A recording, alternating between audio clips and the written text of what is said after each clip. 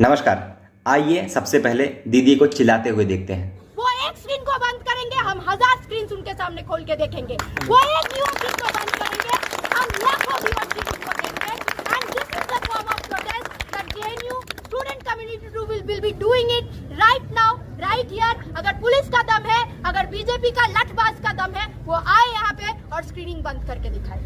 तो देखा आपने दीदी कैसे चिल्ला रही हैं। अब मैं आपको बताता हूं कि दीदी क्यों चिल्ला रही हैं। दरअसल जेएनयू विश्वविद्यालय में बीबीसी ने जो गुजरात दंगों पर डॉक्यूमेंट्री बनाई है उसकी स्ट्रीमिंग करवाई जा रही थी, मगर पुलिस ने आकर उस स्ट्रीमिंग को बंद करवा दिया।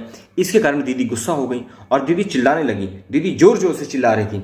मगर मैं दीदी से पूछना चाहता हूं कि गुजरात दंगों से पहले गोधरा में एक हत्याकांड हुआ था, जहां पर हिंदुओं को ट्रेन की बोगी में बंद करके उसमें आग लगा दी गई थी, जिस कारण गुजरात दंगे हुए थे। मगर क्या जेएनयू के छात्र या जेएनयू के बुद्धिजीवी कभी गोधरा में हिंदुओं पर हुए हत्याकांड पर कभी चिल्लाए हैं? कभी उन्होंने उनके लिए आवाज़ उठाई है? नहीं उठाई। देश के टैक्स पेयर के पैसों से पढ़ने वाले जेएनयू के छात्र या जेएनयू के बुद्धिजीवी कभी 1990 में कश्मीर में जो हत्याकांड हुआ था, कश्मीर में जो कश्मीरी पंडितों का नरसंहार हुआ था, कभी उस पर बैठक किए हैं? कभी उस पर चर्चा किए हैं? कभी उस पर इस तरह चिल्लाए हैं जैसे आज दीदी अभी चिल्ला रही हैं? मैंने आपसे सवाल तो पूछ लिया, मगर मैं आपको जवाब भी दे देता हूं। जवाब ये है कि जेएनयू विश्वविद्यालय में हिंदुओं के इस तरह के नरसंहार या हिंदुओं की इस तरह की हत्याओं पर कभी भी चर्चाएं नहीं होती हैं।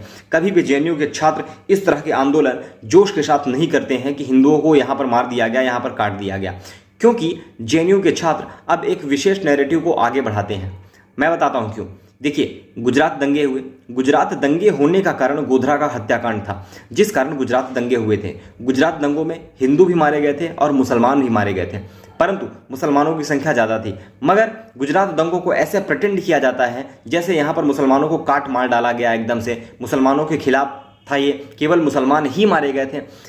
इस बात पर कोई फोकस नहीं करता है कि गुजरात दंगे होने का कारण ही गोधरा कांड था। यदि गोधरा में हिंदुओं को इस तरह से जलाया ना गया होता तो गुजरात दंगा कभी भी ना हुआ होता। खैर, देश के उच्चतम न्यायालय ने नरेंद्र मोदी को इस मामले में क्लीन चिट दे दी है और देश के उच्चतम न्यायालय ने ही अफजल गुरु को फांसी भी दी थी।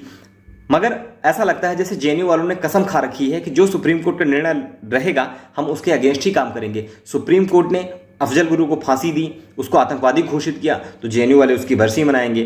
मोदी जी को क्लीन चिट दे तो जेएनयू वाले मोदी जी को अत्याचारी बताएंगे, तानाशाह बताएंगे और भी न जाने क्या क्या। आपको कभी लगता है कि आखिर जेएनयू के छात्र जो भी प्रोटेस्ट करते हैं, जो भी आंदोलन करते हैं, आखिर वह आंदोलन देश की आम जनता में, देश के आम लोग उस आंदोलन को सपोर्ट क्यों नहीं कर पाते?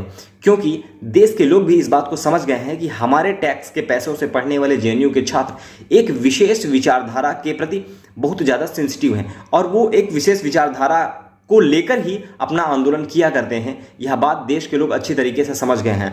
नहीं तो यदि ऐसा ना होता तो जेएनयू का जो आंदोलन, जो देश का सबसे प्रतिष्ठित विश्वविद्यालय माना जाता है, यदि वहाँ के छात्र आंदोलन करते तो देश के लोग भी उसका साथ देते। मगर ऐसा नहीं हो पाता है क्योंकि देश के लोग ये बात बहुत अच्छे से जानते हैं कि जेएनयू के अंदर क्या चल रहा होता है। तो मैं दीदी से कहना चाहूँगा कि दीदी और चिल्लाइए, जोर जोर से चिल्लाइए, खूब जोर से चिल्लाइए। मगर देश के लोग आपकी बात इसलिए नहीं सुनेंगे क्योंकि वो जानते हैं कि आप केवल एक वर्ग के लिए सेंसिटिव हो। दूसरे वर्ग की हत्या हो, दूसरा वर्ग मारा जाए, दूसरे वर्ग को प्रताड़ित किया जाए, दिल्ली दंगे हों, कश्मीर का नरसंहार हो, गोधरा हत्याकांड हो या पश्चिम बंगाल में जिस तरह से हिंदुओं को मारा जाता हो, वो सब हो, उस पर आपका कभी भी आंदोलन, प्रोटेस्ट या इस तरह की कभी भी बैठक सामने नहीं आती। इसलिए देश के लोग आप पर कभी भरोसा नहीं कर पाएंगे। तो खूब चिल्लाते रहिए, जोर जोर चिल्लाते रहिए। जय हिंद, वंदे मातरम, भारत माता की जय।